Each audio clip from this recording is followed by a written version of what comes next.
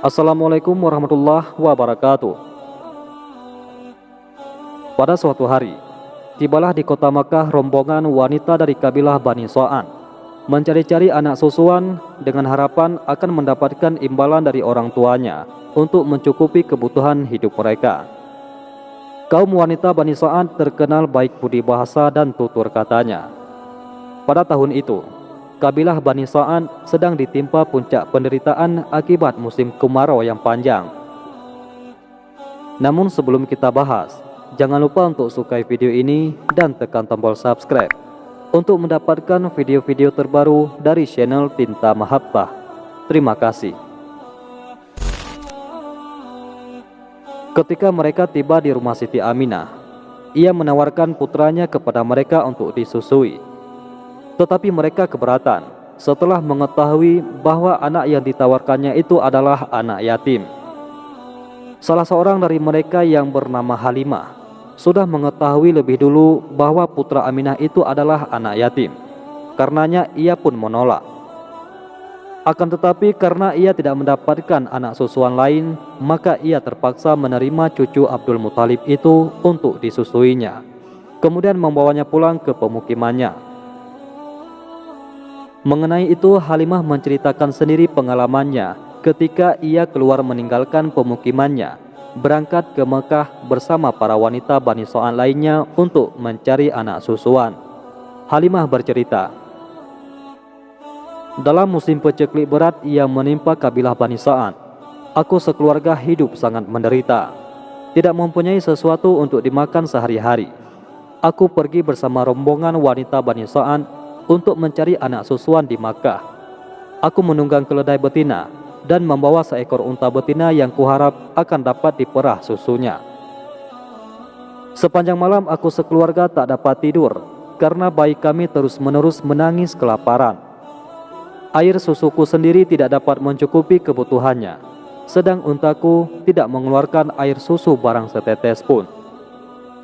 Setiba kami di Makkah, masing-masing dari kami menerima tawaran dari Siti Aminah untuk menyusui putranya Muhammad sallallahu alaihi wasallam. Tetapi tidak seorang pun dari kami yang bersedia menerima tawaran itu setelah mengetahui bahwa yang ditawarkannya itu adalah anak yatim. Kami berpikir, apalah yang dapat diberikan kepada kami sebagai imbalan oleh ibu dan datu anak yatim itu. Akhirnya semua wanita teman-temanku berhasil mendapatkan anak titipan untuk disusuinya. Hanya aku sendiri yang belum mendapatkannya. Sambil bebenah hendak pulang, kukatakan kepada suamiku, demi Allah, sungguh aku tidak ingin pulang sebelum mendapatkan anak susuan. Aku hendak mendatangi anak yatim itu. Suamiku menjawab, tidak ada jeleknya engkau lakukan hal itu. Mudah-mudahan Allah memberkahi penghidupan kita dengan keberadaan anak yatim itu di tengah keluarga kita. Kemudian aku pergi mengambil anak yatim itu, lalu kubawa pulang ke tempat pemukimanku. Ketika kupangku dan kususui, ternyata air susuku keluar demikian deras dari kedua payudaraku. Ia menyusu sepuas-puasnya. Kemudian pada gilirannya anakku sendiri menyusu hingga kenyang lalu tidur.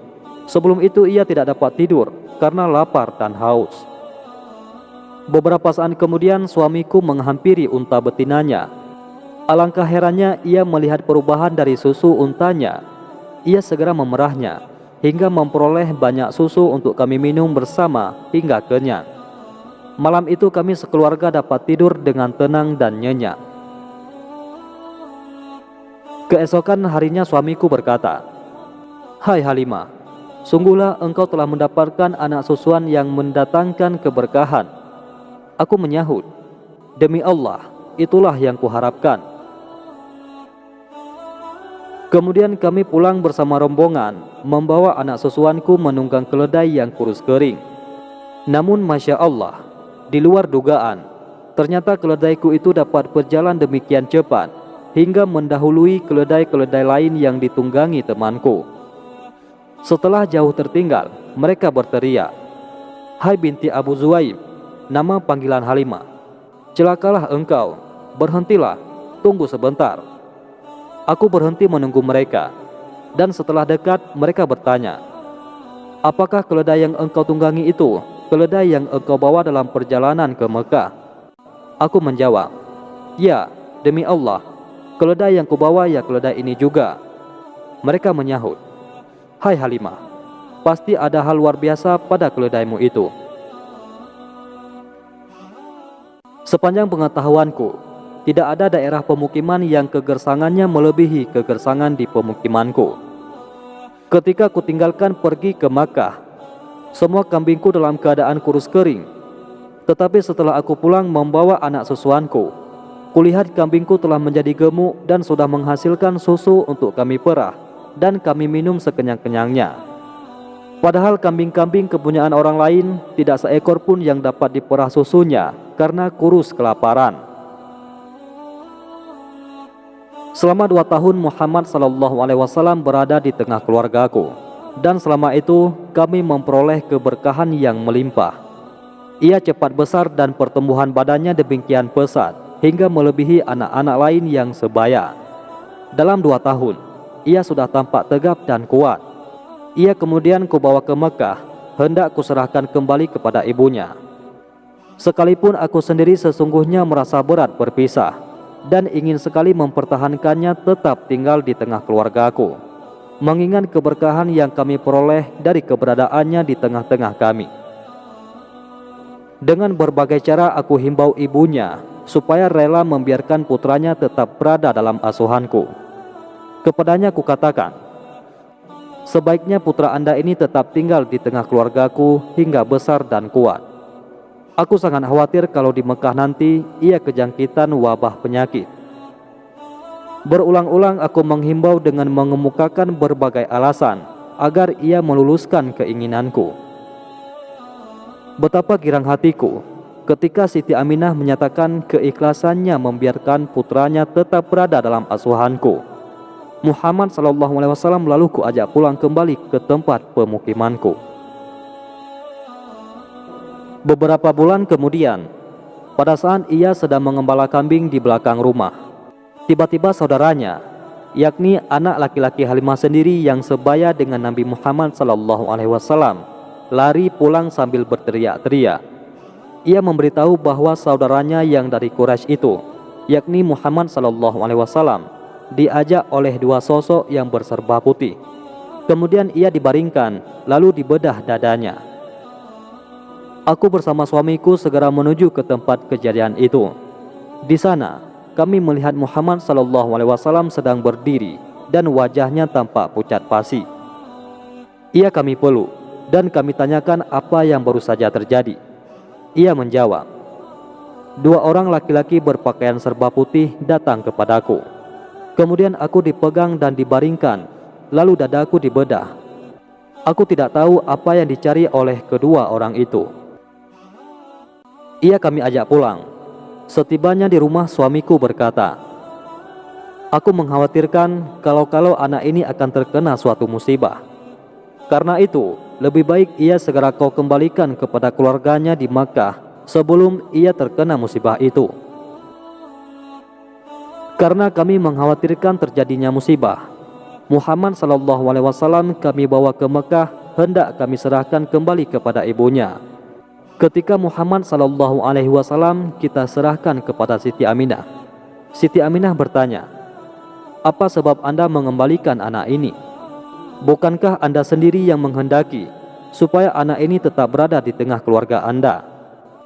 Aku menjawab, telah tiba waktunya aku harus mengembalikan putra Anda itu kepada Anda.